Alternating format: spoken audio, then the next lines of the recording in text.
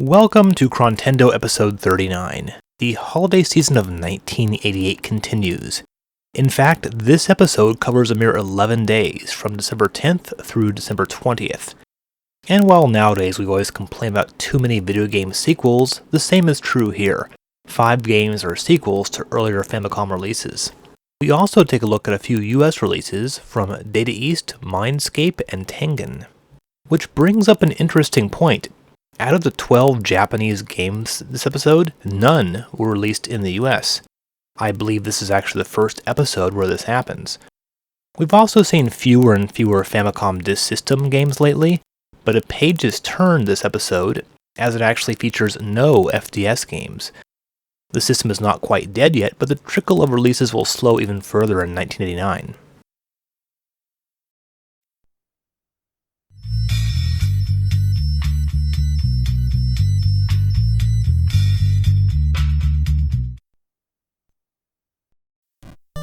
We'll get the weirdest one out of the way first this time. 89 Den-O Kyusei Uranai. Apparently published by someone called Induction Produce. Who are they? No idea. But it was developed by none other than the notorious Micronix. I'm glad they found work after being dumped by Capcom and SNK. 89 Den-O is a hopelessly obscure release, but it actually has one really awesome thing about it. The cat driving the UFO. Look at that guy. He looks completely insane. What does he have anything at all to do with this game?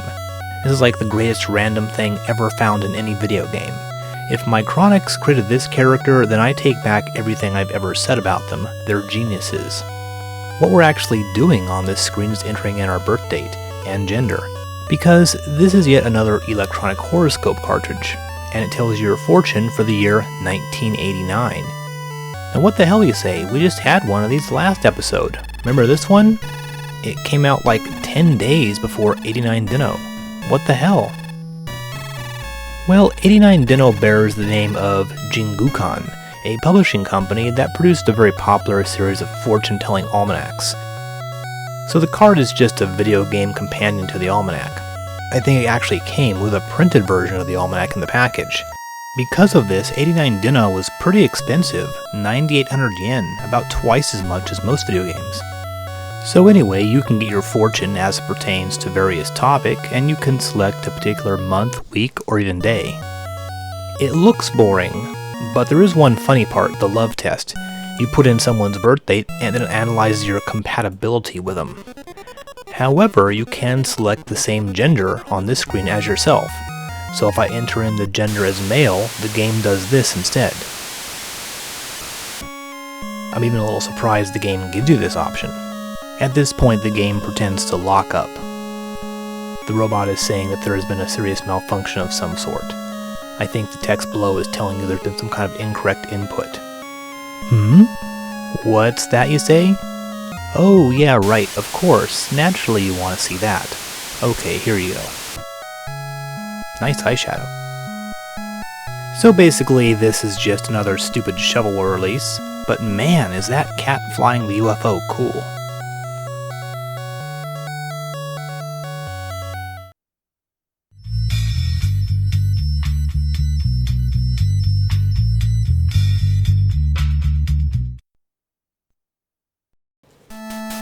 Another thrilling intro here. It's the classic slow-moving text scroll. At least this time it's livened up a bit with a bit of footage of some fighting. This you see is Fighting Road from Toei, the animation company. Most of Toei's games so far have been tie-ins to existing properties, but as far as I know, Fighting Street is an original concept. Well, not original, but you know. Here's the road itself, I assume. Each stop along the road represents an opponent. And as you will undoubtedly have gathered by this point, Fighting Road is a one-on-one fighting game, though it is single-player only. There's no versus mode, and no choosable selection of characters, or anything interesting really. It's just about the most generic fighting game ever created. The characters are just faceless ciphers wearing mostly vaguely Eastern martial arts outfits.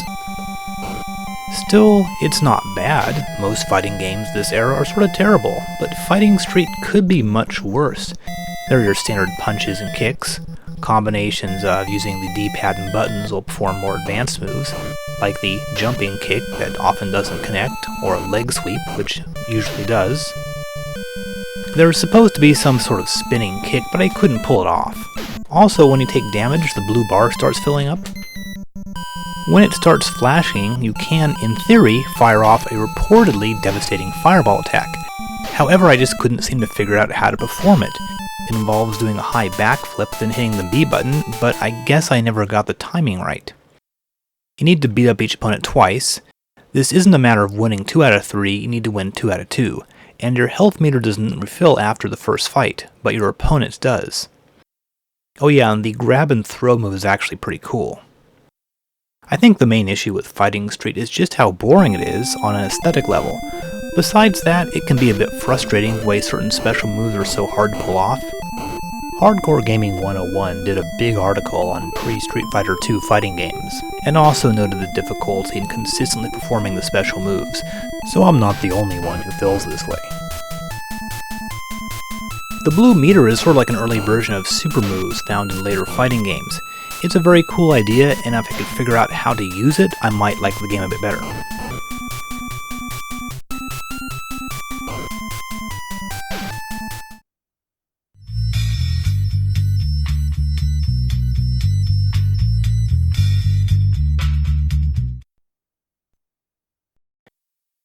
For those of you who just watched Chrontendo Episode 2, you'll remember a fantastic game from Victor Musical Enterprises called The Legendary Axe. Well, here's another one from Victor, but this one is not so great. Kaguya Hime Densetsu, or Legend of the Moon Princess. Developed by Micronix, it seems. But wait a sec, calm down. It does have some redeeming qualities. Thankfully, we have an English translation from Snark under the name Moon Princess. This angel is talking to you when suddenly she gives you a whip and a candle. Whoa, that's pretty kinky for an angel. And I love the Castlevania-esque musical theme that appears here. Kaguya Hime is an old Japanese folktale, also known as Takatori Monogatari, Tale of the Woodcutter. It's about an old woodcutter who finds a glowing bamboo stalk. So he cuts it open and finds a baby girl inside, who grows up to be an unnaturally beautiful but sort of mysterious lady. It eventually turns out that she's from the moon and has to return. Which makes me wonder, doesn't calling the story Kaguya Hime, Moon Princess, sort of spoil the ending? Why would you want to give away the surprise at the end like that?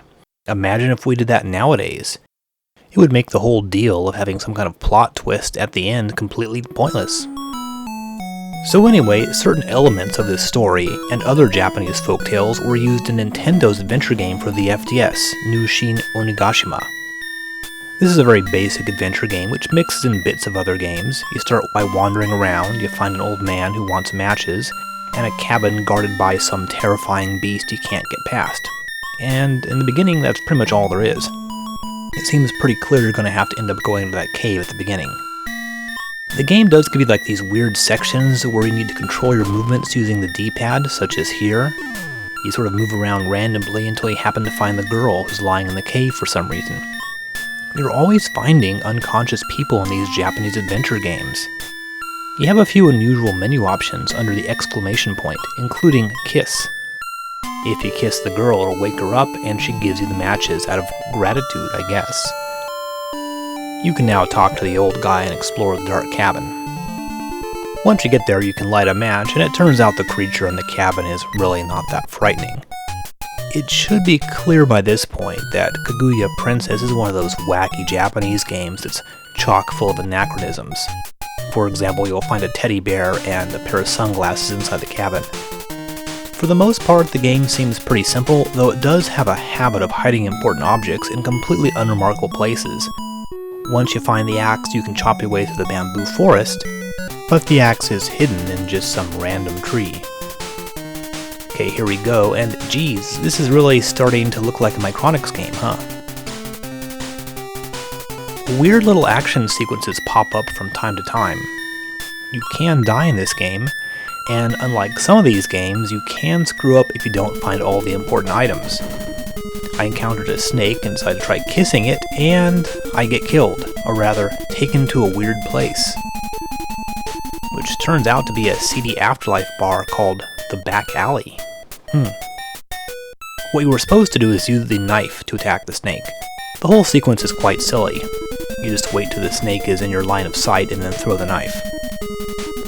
Anyway, I ended up with a premature ending to the game a moment later. It turns out I didn't find the apple at the very beginning of the very first screen, and I was supposed to give the apple to revive the girl. Kissing her instead caused me to get a game over at this point. The angel gives me an ugly princess because of my misdeeds by kissing a girl, or groping a girl as his translation says. Kaguya Princess is kind of a mixed bag. It's funny and entertaining in spots, but it's also sort of terrible at the same time. Maybe the secret is making sure that my Chronix sticks to text and static graphic images in its games.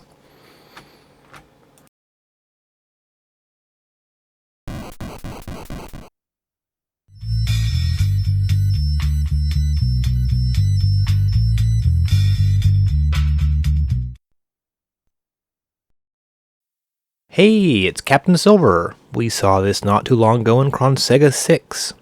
I thought the Master System version was not too bad, but this Famicom version, released by Tokuma Shoten, is a whole nother ball of wax. As you may recall, Captain Silver is a rollicking little pirate-themed adventure where you... Holy cow, what happened to those werewolves? They're emaciated. Has there been some sort of famine in Captain Silverland? Remember how they looked in the Master System game? Nice, healthy, well-dressed werewolves. They look like they walked right out of Jean Cocteau's Beauty and the Beast. But the changes go far beyond graphics. The game's handling was also seriously downgraded. Your weapon no longer swings in a deadly arc, but instead you stick it straight out in front of you in a thrusting motion. Also, your character moves even more stiffly than he did in the Master System game. As a result, in moments like this, where the apples or pumpkins fall from the trees, you are almost guaranteed to take a hit or two. In Sega's version, you could be quick and graceful enough to take out any falling apples and dispatch the werewolves that converge on you. Collecting letters to form the words Captain Silver has also been dropped, but the shops are still here, though the shopkeepers all have new graphics, one of the very few things that could be considered an upgrade of sorts. As mentioned, it is now much harder to avoid enemy attacks, and enemies also take multiple hits, so you now have a life bar instead of one-hit deaths. While the Master System version can be very difficult at times, I think this one is actually even more frustrating. I have no idea who was responsible for this port, presumably not Data East themselves. Some odd changes have been made, such as the bosses. At the end of the first level, instead of fighting the witch, you encounter Frankenstein. Really? Though I confess I find his rubber-legged walking animation pretty amusing. Looks like he's doing some kind of crazy dance. Though I do wonder, what is the story with Tokuma Shoten? They were a media company, they published magazines and things, but almost every single Famicom game they've published has been a port of a game by some other company. They've released Capcom titles, a Ballast game, and now a Data East game. It's odd. Anyway, out of the three Captain Silvers, the arcade, the Master System, and the Famicom, this one is definitely the worst.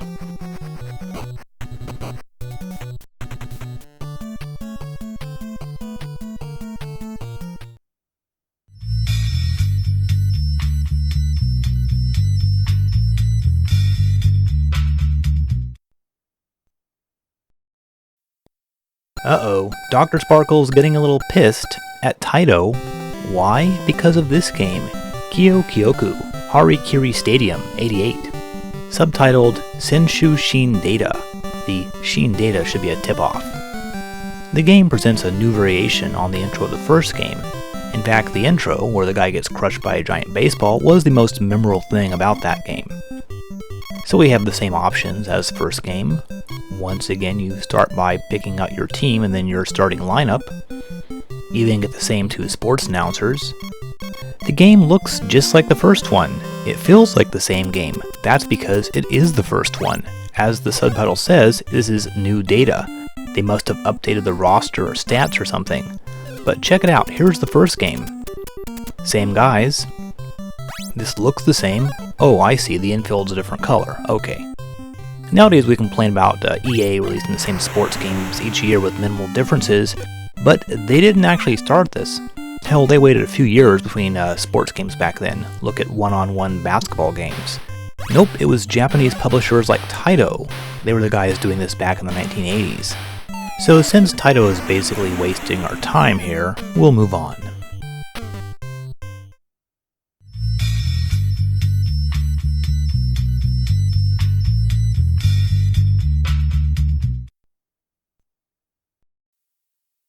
Let's switch it up a bit with an actual good game from Konami.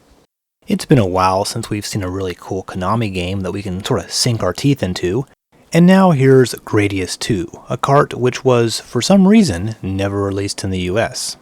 Now things have changed quite a bit since the original came out in 1985. First thing we notice is you can choose from several different configurations for your bomb, gun, and laser. I'm going to go with the Ripple laser. Both the Ripple and the regular laser have their own advantages. The game begins much like the original Gradius. Shoot up some waves of basic enemies, pick up a few power-ups, maybe a speed-up, missiles, or maybe a better weapon. And then a moment later, things start getting really crazy. You pass through a gauntlet of huge red fireballs, or maybe really small stars, and out come these giant flaming dragon snake things. The original game, which was still pretty new, having been released in 1988, featured mind-blowing graphics for the time. Though again, for reasons unknown, it was only released in Japan and in Europe under the rather stupid name of Vulcan Venture. It was one of the hardest arcade shoot-'em-ups ever. The difficulty was actually sort of detrimental to your enjoyment of the game. The Famicom version can't produce those huge impressive sprites, but still, it looks really good. Maybe the Famicom's lack of processing power improved the game, since the home version is a bit more playable than the arcade game, which just floods the screens with enemies. And some slowdown does occur when too many sprites are on the screen at once, which actually helps in spots. Still, the Famicom Gradius 2 is brutally hard in places, and like the first game, getting killed in certain spots is virtually a game over, since it strips you of all your power-ups, and sends you back to the last checkpoint. So when playing Gradius 2, just don't make too many mistakes. Thankfully, the shield will give you a bit of protection. One major improvement over the first game is the bosses. Gradius 2 has lots of them, and they're all different. The level 1 boss is a giant phoenix. Level 2 starts with this crazy eyeball and tentacle guy, and then you immediately go on to the next boss, a robot skull which made an appearance in Salamander. He doesn't seem that aggressive, but you'll probably be surprised when he opens up his mouth and fires a giant laser at you for the first time. Level 3 is one of a couple references to the earlier game, and is sort of a super amped up version of the first level of Gradius, with more enemies and more volcanoes. Then you get the typical shoot your way out of an asteroid filled level, except with purple crystals. These levels are not too terrible if you're well powered up and have the shield, otherwise you're probably going to get overwhelmed. Level 4 marks the return of the classic Moai heads, and then the boss is 3 giant Moai heads. If you have enough weaponry, this boss is actually sort of simple and boring. And then the next level pulls a classic move, the boss rush level, 5 in a row. You start with a classic shoot the core guy. He'll probably be a piece of cake. Then you get the brain with tentacles and eyeballs from Salamander, aka Life Force, the Gradius sequel that isn't actually called Gradius. I think he was harder in Salamander, his arms were longer or something. Then you have another core type boss, this time with these really irritating tentacle arms. He's sort of like a mutant love child of the last 2 bosses. Then we have this guy, who I believe is also taken directly out of Salamander. And then the hardest boss in the game. It's another core type ship with revolving protective plates, who spits out indestructible missiles, so you pretty much have to spend the entire fight constantly weaving in and out between these things. Needless to say, if you die, you start the whole level over from the very beginning.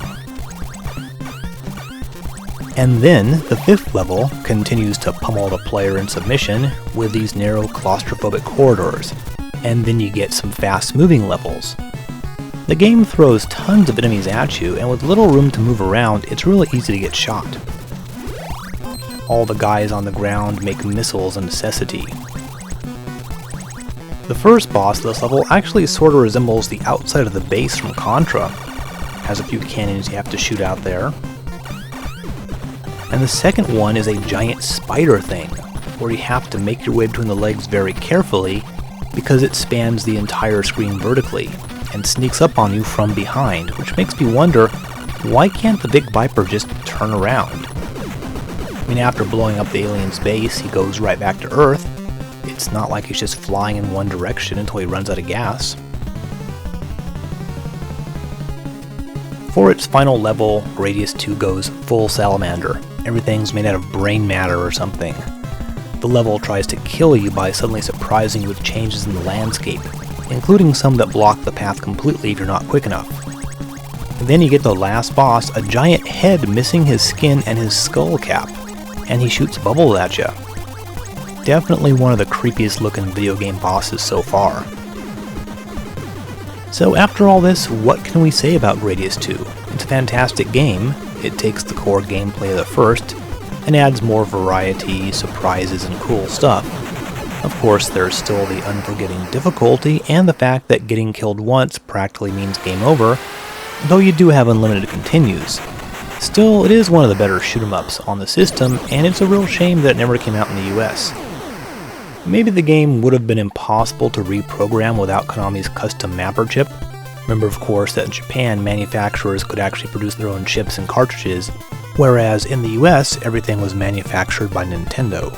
Oddly, there was another game called Gradius 2 released for the MSX, but it turned out to be a completely different game. So, all in all, it's a fine addition to the Konami 8-bit canon and worth checking out. And Konami will return in early 1989 with a sequel to one of their biggest hits in Japan.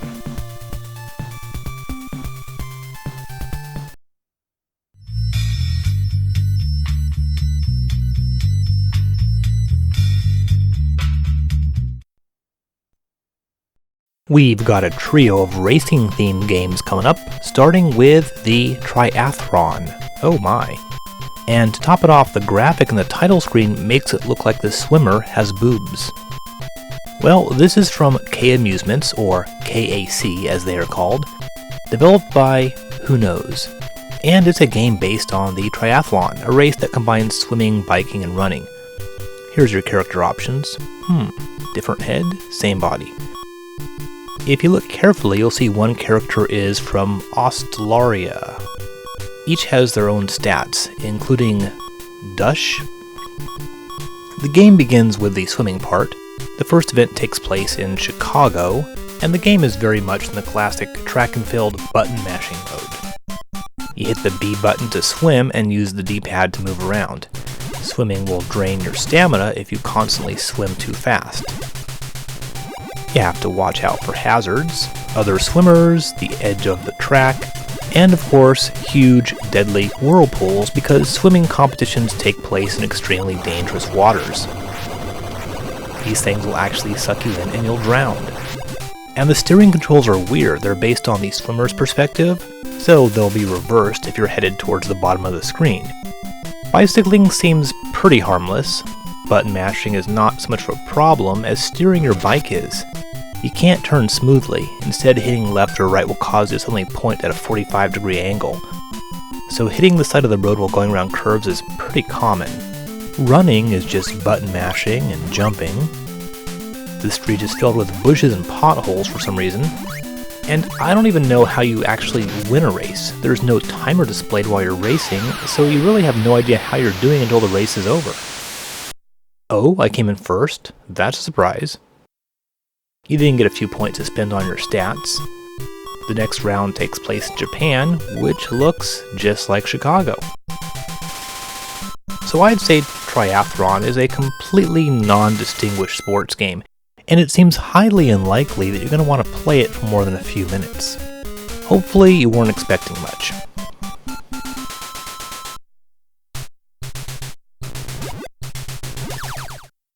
Let's pause for just a sec and take a look at what was going on in the US at the end of 1988. The Nintendo Entertainment System was enormously successful throughout '88 and continued to be the hot item for kids that Christmas. Nintendo of America solidified their hold on the minds of young Americans with the creation of the Nintendo Power magazine earlier in the year.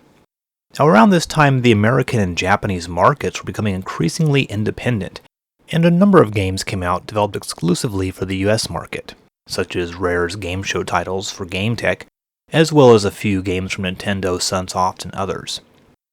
Still, the floodgates of Western releases had not quite opened, so a motley collection of Japanese games were hitting the shelves in late 1988. For example, Super Mario Bros. 2 in October. November and December saw such major releases as Castlevania 2 Simon's Quest, and another enormous hit sequel, Zelda 2 The Adventures of Link. Other Japanese games to come out in November or December '88 were Blaster Master, Robo Warrior, Kimco's Superman, and even older games like Dr. Chaos and Othello. I'd say December 1988 is when things started to change. From here on out, we're going to deal with US-only games in just about every single episode of Chrontendo.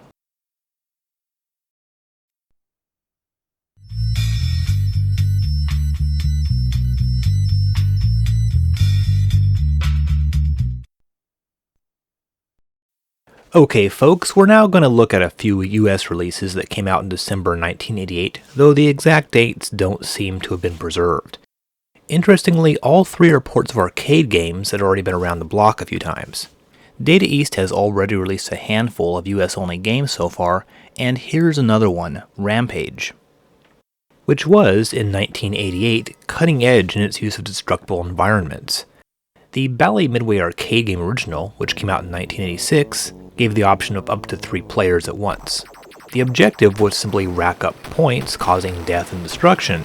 You're supposed to smash every building on the screen. Each level supposedly took place in another American city, though every city looked exactly alike. Rampage was reasonably charming and was just sort of good old-fashioned mindless fun. Now, the NES version is for 1 or 2 players only, thus removing the giant wolfman Ralph. Other than that, the home version is more or less accurate to the original in the way that it plays. The screen layouts are very similar, but man, has Rampage really suffered from the drop in the hardware's graphical powers. I mean, this is really ugly looking with the bright blue and forest green buildings. And the monsters have lost a lot of their character. They all had a bit of personality in the arcade games. Here you mostly have the same blank facial expression. And you can't really see what the various items are inside the building when you're smashing open windows. Here the tiny graphics used for people and objects that you find when smashing walls make them really hard to distinguish. Some of the objects will make you lose health when you eat them, others will make you gain health, but it's kind of hard to tell what you're actually grabbing sometimes. Getting hit by the army's weapons or falling off a building will also cause you to lose health. If your life bar drops down to 0, you revert back to human form and it's game over. Naturally, you find yourself completely nude once you return to normal size, and you slink off the screen with your hands over your private parts. Amazingly, the belated sequel, Rampage World Tour from 1997, basically depicted full frontal nudity when you turned back into a human, though in tiny little sprite form. The thing about Rampage is it was very much an arcade game. It's fun to drop a few quarters in it, but the repetitive nature doesn't really make it very fun for home play. It's hard to imagine anyone spending hours upon hours playing it, since not much changes as you progress through the game. Really, it's not the best choice for an NES release.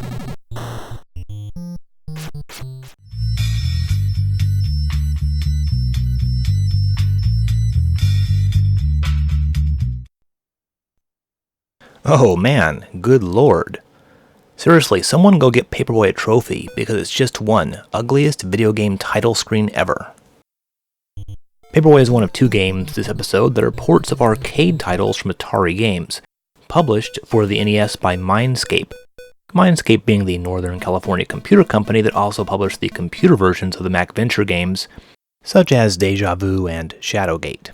They also published some of the computer versions of Paperboy, so I assume they held the rights for the US console releases as well. They got sucked up into the Learning Company and were involved in such games as Mario is Missing. Somehow, they're still around today. In Paperboy, you control a newspaper delivery boy, which is not a very exciting idea for a video game, except that you live in this crazy neighborhood full of angry dogs, breakdancers, swarms of bees, the Grim Reaper. Considering that newspapers usually have to be delivered at the crack of dawn, the neighborhood is awfully lively for this early in the morning. Paperboy began life as a 1984 arcade game from Atari Games. Wow, doesn't the title screen look nice here? As I recall, it had a controller shaped like the bicycle handlebars. The object is to deliver a newspaper to all the subscribers' houses while avoiding obstacles. And for extra points, you can vandalize the houses of non-subscribers by throwing newspapers at their windows, and so on. Now, while Mindscape did the US version, eventually, a few years later, this was released in Japan by Ultron, who seems to specialize in Western developed titles. They release stuff like Disney games and Bratz games nowadays. It's kind of a shame that guys like Ultron and Mindscape are still around, yet Atari Games has folded. At the end of each level, you get a bonus section, which allows you to pick up some extra points by throwing newspapers at targets and whatnot.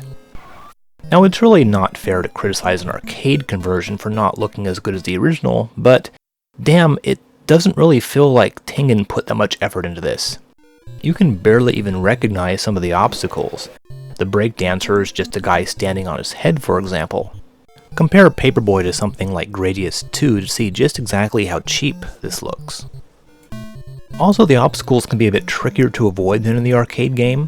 While playing this, there were a number of times when I thought I was going to slip by a fence or a kid on a skateboard or something, and I ended up colliding with it. I guess the hit detection seems just a bit off. Like Rampage, Paperboy is not a bad game, it's just one that pales in comparison to some of the other stuff coming out at this time.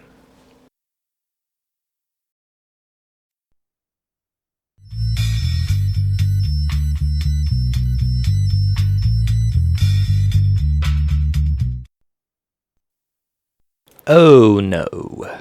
This horribly ugly title screen belongs to the last US release this episode. It's another Tengen game published by Mindscape. Indiana Jones and the Temple of Doom, once again based on an arcade game. Orange and purple, the best color scheme, huh? So what is this screen? Touch prize to collect, touch kid to see prize? Whoa, that's kind of weird. So how do you start the game? Pressing the buttons doesn't do anything. I'll try pressing start. No? Well then... Well, actually you press select to start each level, or wave as the game calls them. So, what's going on? Ah, what happened? Whoa, I see. Unlike every NES game in existence, the B button is used for jumping and A is for attacking. And when you jump by default in the down direction. So, what in God's name is going on here? Well, believe it or not, this is based on a semi-decent arcade game from 1985, which was based on the 1984 movie. Now, I will confess I liked this game back in the day, and was never bothered by the impossible MC Escher-like geometry imposed on the systems of catwalks and lava pits. It had some on-foot levels where you rescued kids, some minecart levels. You drive around real fast on a minecart. Later there's a showdown on a bridge. You got to swing across fiery lava pits using your whip. It was simple but full of fun and atmosphere. By contrast, the home version is just baffling. Why does Indy huff and puff like he's out of breath when he stops moving? Oh, and the arrow indicates there's a hidden door here, but we need a bomb to blow open the wall, and since the game just started, we have no bombs yet. Here's Tengen's version of the minecart level. You can jump out of the minecart onto the hot pink conveyor belts, but you're still on foot rescuing children most of the time.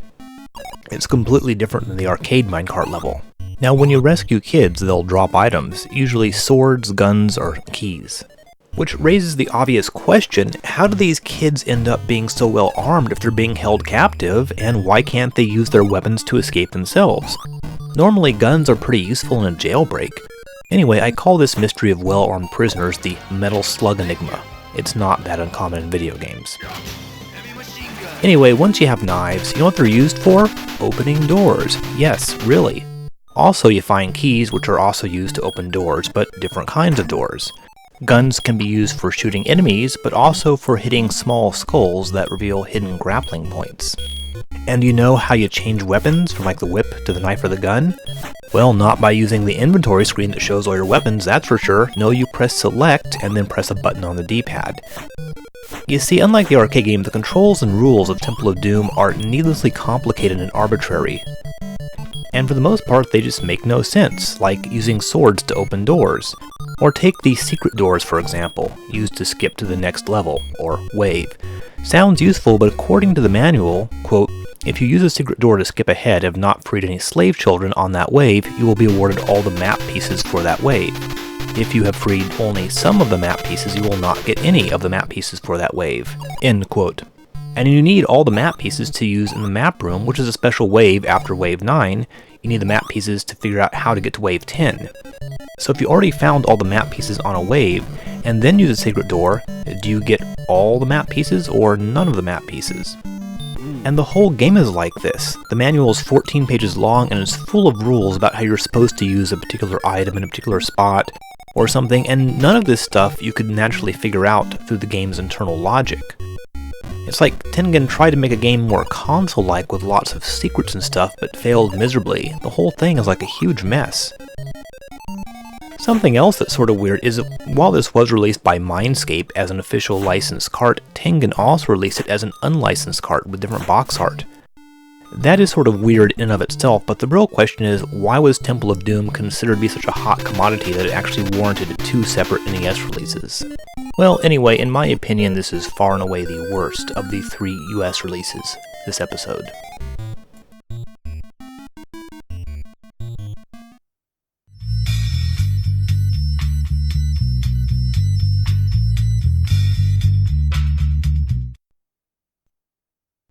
And a mere 1 day later, we have Top Rider from Bari, and developed by Human. Human has produced some competent, if unexciting stuff so far, and Top Rider will definitely not fall into the category of exciting. You have 2 modes, Touring and Grand Prix. Touring just consists of one-off races, and is pretty pointless. Grand Prix requires you to win a whole bunch of races. It's like a standard career mode. We'll try the seaside level. That sounds pleasant, and whoa, lord, why is the water so high? It's like the town is going to get engulfed in a massive wave of water. It's really kind of scary looking. So, Top Rider is a pretty kooky game. Here's just one minor irritation. On the Grand Prix mode, when entering your name, you can't move the cursor up or down, only left or right. Now come on, how hard would it have been to program in the ability to move your cursor from row to row? It would make typing in your name go much more quickly. So, Top Rider greatly resembles an uglier version of Sega's Hang On. In fact, the game is sort of like a poor man's arcade Hang On. You see, it came with, if you can believe this, an inflatable motorcycle that you sit on while playing the game. There is even a special handlebar controller that attaches to the inflatable motorcycle. It's an interesting idea to say the least, but playing the game is not too special. You have 2 gears, low and high, you zip around other opponents, race a couple laps. I like racing games, but Top Rider manages to be pretty boring. The backgrounds are decent, I suppose, but the stripes on the side of the road whiz by so fast they just turn into like a pink blur. Also, there's a fuel gauge, but you never seem to use up any fuel. So I guess it's pretty much a mediocre racer with a really unusual peripheral.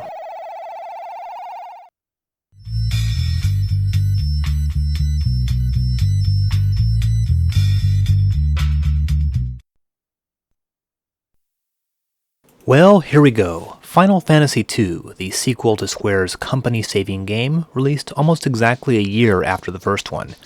One thing Square had not yet learned to do was make a decent title screen. Unlike the first one, this was never released outside of Japan, so instead we're going to play the classic translation from Demiforce. Number 2 switches gears a bit and pulls out the old Star Wars type plot. Evil Empire versus brave rebel forces. Sort of like Phantasy Star, though there the rebel forces just comprise 3 people and a cat, and they mostly just performed an assassination on the head of state. You can choose your characters' names here, though all 4 have official names. Though when spelled out in Roman characters, the names are just a little bit too long to actually fit. This guy's official name is Frionel or something like that. Varies from version to version. I'm going to call him Freon. Final Fantasy II skips the standard RPG opening and jumps right into the action, with your party being attacked by 4 powerful Dark Knights. It's one of those impossible to win battles. You will always lose. and then we learn through a cutscene that you were rescued by the deposed princess of the kingdom. Unlike the first Final Fantasy, your characters are all distinct individuals with recognizable character portraits, and a tiny hint of personality, I suppose. This approach would return in a much more developed form in Final Fantasy IV. One unique feature is the dialogue system. Certain words spoken by NPCs need to be remembered by the characters, and you can speak memorized words back to NPCs. This will generally trigger them to divulge some sort of information about your next goal, and often a new trigger word. And this is pretty much how the plot is advanced. Once you step out into the village, the game settles into the more typical RPG flow. You visit shops, fight random battles, try to talk to the annoying, fast-moving townspeople. You also meet important NPCs right at the beginning, such as Paul, the master thief who dresses like a ninja, and Gordon, the cowardly prince who eventually learns to embrace his destiny. While many of the game's graphics are borrowed from Final Fantasy I, it does feature a large and almost completely new set of enemies. A few innovations have been introduced into battles, such as the back row. You can move any character from the front row to the back row, not in battle, but while you're on the main map, and the back row is safe from physical damage, but it can only use magic or ranged weapons. And more stats have been introduced, including magic points, and you now have individual skill stats for every single weapon in the game. You see, despite its surface similarity to the first game, pretty much everything has been changed. The mechanics behind your experience and levels are completely different than in any other Final Fantasy game. There are no experience points or levels. Instead, your stats slowly increase as you use them. Use a lot of physical attacks and your power will go up. If you use a lot of black or white magic, your intelligence or soul will go up. Magic spells have levels on them as well. To increase the level, you have to use that magic spell over and over again. However, this takes an incredibly long time, since you won't be normally using magic on every single battle.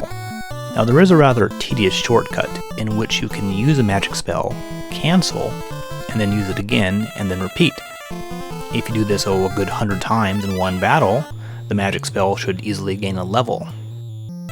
Likewise, your hit points and magic points will go up if you take a lot of damage or use a lot of MP. This means the best way to increase your health points is to have party members attack themselves and each other. If you win a battle with low health, your max health will increase, sometimes. If Final Fantasy II doesn't seem like any game in the series, that's because the main game designer was a very evil man called Akitoshi Kawazu. The crazy, illogical, and monotonous mechanics he introduced into the game have resulted in Final Fantasy II being the most hated 2D game in the series. It's the classic black sheep in the Final Fantasy family. Thus, Square wisely decided to take Kawazu off Final Fantasy and quarantine him in his own series, starting in the 1989 Final Fantasy Legend on the Game Boy, or Makai Toshi Saga as it's called in Japan. Kawazu's Saga series became legendary for its obscure, illogical, and confusing mechanics. The thing about Final Fantasy II is, other than its nutty system for stats and leveling, it's actually an improvement over its predecessor in many ways. There are a lot of new and creative elements, like this town being held under Imperial control, and you will be discovered if you try to talk to any of the enemy soldiers milling around. You'll also get wiped out very quickly if this happens. And many recurring Final Fantasy elements make their first appearance here, such as the airship captain, Sid. And there's a pretty huge selection of weapons available, including ranged weapons, namely bows. And there are now no classes, so anyone can equip any weapon or armor and use any magic. Also, a rotating fourth party member is introduced. At various points, someone will temporarily join your party, starting with Min, or Ming Wu, however you want to transliterate the name, who has a rather huge selection of magic and is actually pretty useful early in the game. For methods of transportation, you'll have a boat and later an airship, but to get across the ice lake, you'll need to use a special sled. This is provided by Joseph, the second rotating character, who has powerful hand-to-hand combat skills. As we see here, many of the typical elemental properties of the first game are still in place. For example, healing spells destroy the undead, and fire is pretty effective against them as well. As a rule, however, magic is somewhat underpowered when it comes to offense. Even the best magic spell, Ultima, and yes, Ultima is introduced in this game as well, is not very effective except for the last boss. Now, perhaps we need a spoiler alert at this point. The most surprising element in this Final Fantasy is the number of party member deaths. Most people think of Phantasy Star 2 or Final Fantasy 7 when it comes to characters getting killed, but Square was definitely at its most bloodthirsty here.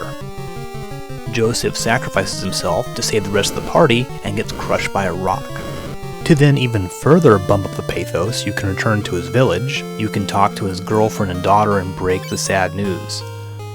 All told, 3 party members and 1 NPC get wiped out by the game's end. And while it's not strictly a character, you do come across a dying dragon, or Hiu, that requests you place its egg into a magical spring so it can hatch.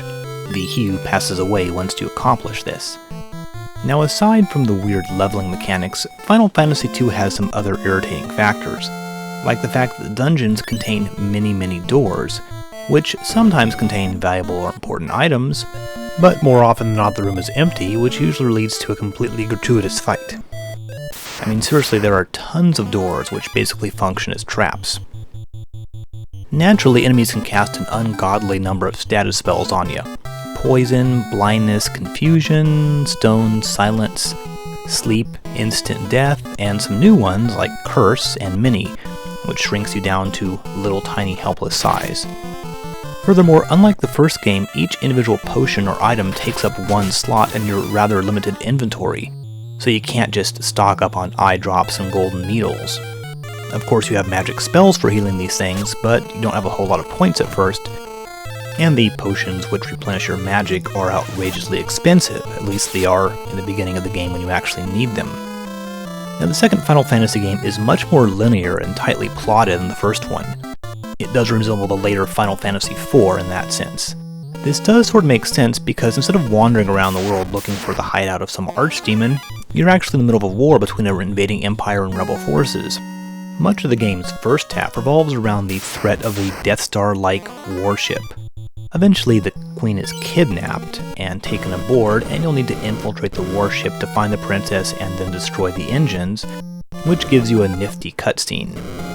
Cid comes along and helps you escape in his airship. From there, you'll meet a lady pirate, Layla, who joins the party and gives you access to her ship. Oh yeah, and these are one of the more annoying enemies. Each one casts fire on the entire party, and there is a separate fire animation for each party member, so one round of attacks takes forever, and they can actually kill weaker members in a couple rounds if they ambush you. The whole thing takes a very long time, so it's sort of like you get up and make a sandwich when you get ambushed by these things. The story takes kind of a weird turn here. After you return to check on the princess, you are told she's acting strangely and has gone mad. When you go to check on her in her room, she hops into bed and tells Freenil to come over and get busy. He reluctantly agrees, and just when you think you're going to see an 8-bit porn scene, the princess turns out to be an imposter and a boss battle ensues. It would have been interesting to see if this would have made it to the US release, which was translated but then actually cancelled by Square. From here you need to make your way to the Empire's arena to battle for the princess's life, and then you fight a boss, Behemoth. Yep, Behemoth makes his debut here.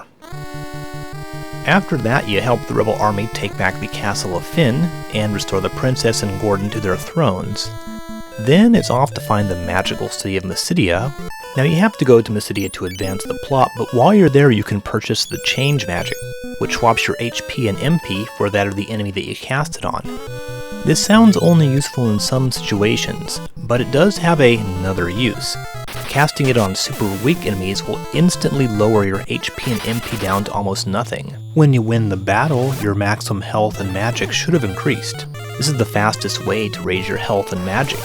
And of course it keeps with the Final Fantasy tradition of breaking the game system. The only other option is just to cast tons and tons of magic spells for no reason and attack yourself a lot. While level design and enemies are similar to those in Final Fantasy I, Square does add some new things in the mix. There are some unique ideas for dungeons, like this weird plant-filled dungeon. As mentioned earlier, a lot of standard Final Fantasy enemies appear for the first time, such as bombs, Marlboros, Corels, puddings, which are annoying because they take almost no damage against physical attacks, so you have to spend lots of magic points fighting these guys. Speaking of odd dungeons, at one point you get sucked up by Leviathan and end up inside his stomach, kind of like in the movie Pinocchio. And there's all sorts of folks marooned inside, including Richard the Dragoon. He's heavily armored, though he can't jump or anything, so he's not very much like the Dragoons in later games. Still, Dragoons are another recurring theme that appears here for the first time. Longtime Final Fantasy fans may wonder, what exactly is a Dragoon anyway? Some sort of spear-wielding, heavily armored knight, right? Well, actually, in real life, no. This is what a Dragoon usually looked like. They were basically cavalry infantry hybrids and bear no resemblance to their video game counterparts. Sorry, I don't know why Square called their characters Dragoons. After escaping from Leviathan, things go from bad to worse, as the Emperor has sent some sort of magical tornado to destroy much of the planet. Thankfully, the Hiyu egg has hatched and can now fly you into the Whirlwind, which is another huge dungeon. Eventually, you encounter the main bad guy, the Emperor himself. He's guarded by a few knights and a giant golem, but he ends up going down pretty easily. After killing the Emperor, everybody's happy and celebrates with a dance. Veteran RPG gamers will know something's not quite right, and it turns out that the Dark Knight is none other than your missing friend Lionheart, or Leonheart as some versions call him. He's become the new Emperor and now you've got to stop him. Naturally, more tragedy strikes. Cid dies, so I guess it's a total of 5 party members or NPCs that die in the game. But he does give you his airship. You're now free to fly around the world, and you'll see that quite a few cities were completely destroyed by the Whirlwind, and tougher monsters are wandering around everywhere. The whole destroyed world bit is pretty similar to the second part of Final Fantasy VI. See what I mean? Everything in this game was reused in some later game in the series. A lot of other things appeared first here as well. Phoenix Downs, the Genji armor, elixirs, chocobos. Even more so than the first game, the sequel sort of sets the standard for the series in many ways. If you overlook the perverse system for leveling up and building your stats, it's actually quite innovative. It was remade a few times, just like every other 2D Final Fantasy game. For the PlayStation and Game Boy Advance versions, it was graphically reworked. Among the other things, the overworld and the battle sprites now resembled the characters. The Famicom version just borrowed sprites from the first game, so Frian is the red-haired fighter, though his character portrait looks completely different. The Game Boy Advance version, Dawn of Souls, also adds a bunch of additional content, and I believe they made the game quite a bit easier, just like they did with Final Fantasy I. For example, if you target an enemy that gets killed that round, you will automatically retarget another enemy, not wasting your turn. So anyway, after tracking down Lionheart, it turns out the Emperor has returned from the dead, and Richard the Dragoon dies so that you can escape with Lionheart and bring him back to the Princess, where he decides to join you in your fight against the Emperor. The endgame consists of getting the best weapons and armor, including the 2 best swords, Excalibur and Masamune, and then the final dungeon is naturally a huge, confusing mess full of tough enemies. One interesting thing about this game is the characters don't have any classes like in Final Fantasy I or III, nor do they have predefined abilities like in Final Fantasy IV or Phantasy Star or Dragon Quest II. Nope, they're all pretty much blank slates. And any character can equip any armor or weapon and can learn any spell. It's really up to you how you want to use your characters. The game allows you to customize your stats. For example, if you want to have a strong physical strength, you just use the physical attacks a lot to build up your strength. And for magic users, you can just cast a lot of magic spells. But even magic users can be pretty strong. Maria, who was in theory my weak magic-using character, found a really good bow, and for a while ended up being the most powerful physical attacker, putting the 2 supposed tanks to shame. Now there are some caveats, such as the way that the equipment affects your stats. Equipping a shield raises your defense but decreases your attack. Equipping heavy weapons will decrease your magic, but overall you have an amazing amount of control and freedom over your character. Now there are a ton of magic spells in the game, and each one has to be leveled up individually, which turns out to be a long and boring procedure, even more so than your traditional JRPG leveling. I cheated while making this video, but if you want to focus on magic-based characters, you'll really need a lot of patience. It's probably easier to build up strong physical attacking characters like I did. By the way, the final boss, the reanimated demon zombie version of the Emperor, has super strong physical and magical attacks, and in theory he's pretty tough. But there is a little bit of a secret to easily beating him, namely you have to find and equip both of the blood swords found in the game. Use these and you'll do massive damage to him. The blood swords aren't otherwise very useful, so your first instinct would be to sell them to clear up valuable inventory space, but they're actually worth hanging on to for their use in the last battle. So in the end analysis, Final Fantasy II is really a mixed bag. The whole crazy screwed up leveling system is annoying as hell and will suck much of the enjoyment out of the game.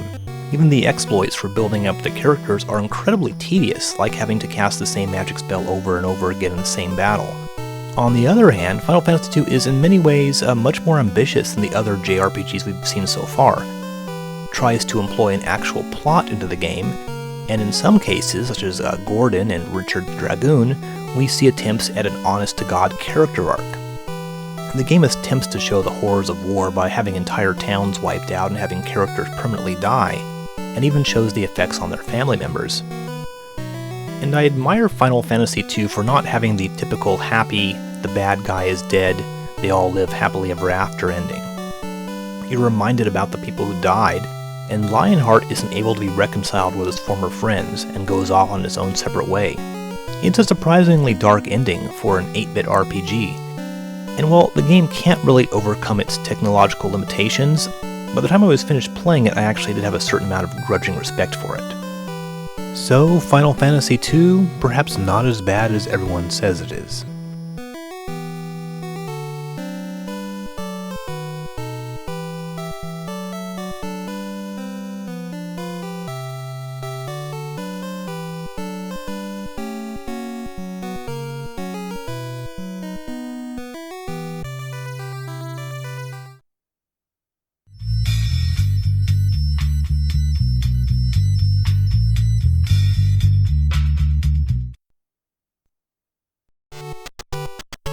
Next up is Cycle Race Roadman, another game that features bicycle racing.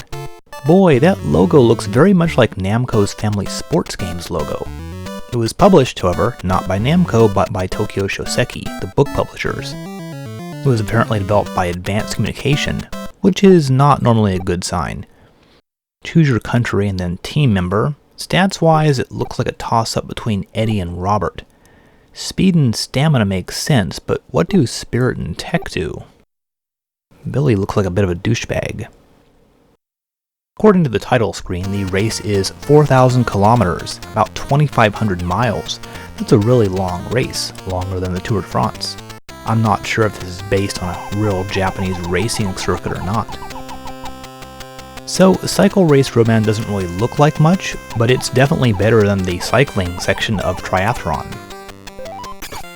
It works very much the same. Pound the button to build up speed, though you do have to alternate between actively pedaling and coasting, otherwise your power will drop too quickly. Your other teammates will give you power-ups, such as refills of your power bar. You will also take damage when hitting walls. I assume perhaps this is where the tech stats come in. When the race ends, you will get some points, which you can eventually use to get a better bike. Also, your own personal stats seem to increase as well. Other factors that come into play are the wind, as well as the grade of the road. Going uphill or downhill will make it harder or easier to build up speed. As in Triathlon, steering is a little wonky. You can't really smoothly turn, and you don't hold down on the D-pad, you need to tap it to increase the tightness of your turn. This takes some getting used to, trust me. So it's definitely not a spectacular game, but for some reason, out of the 3 racing games we have today, this one was the most fun.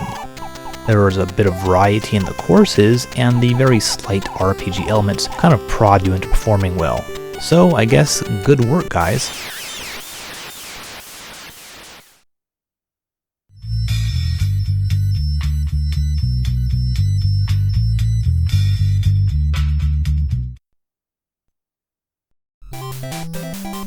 Our next game is also a sequel, and one we've seen before.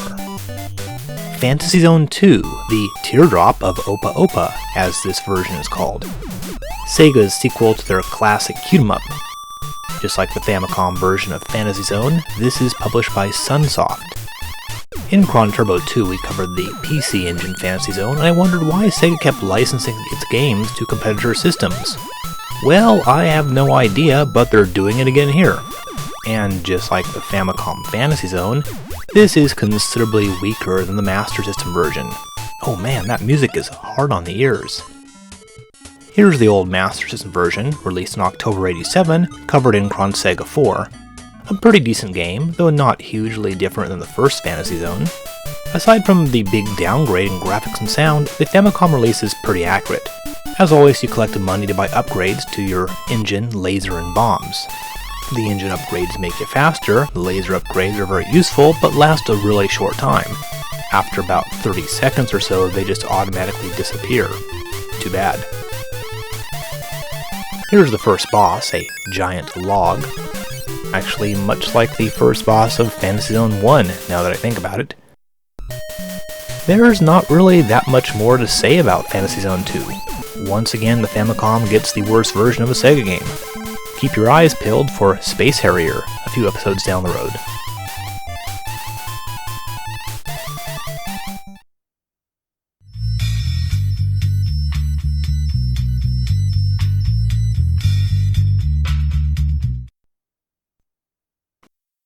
And you thought the Family Trainer series was dead, huh? Last time we saw one of these was way back in episode 27. That was Fu-Un Takeshi Shiro, released in December 1987, and now we have Fu-Un Takeshi Shiro 2.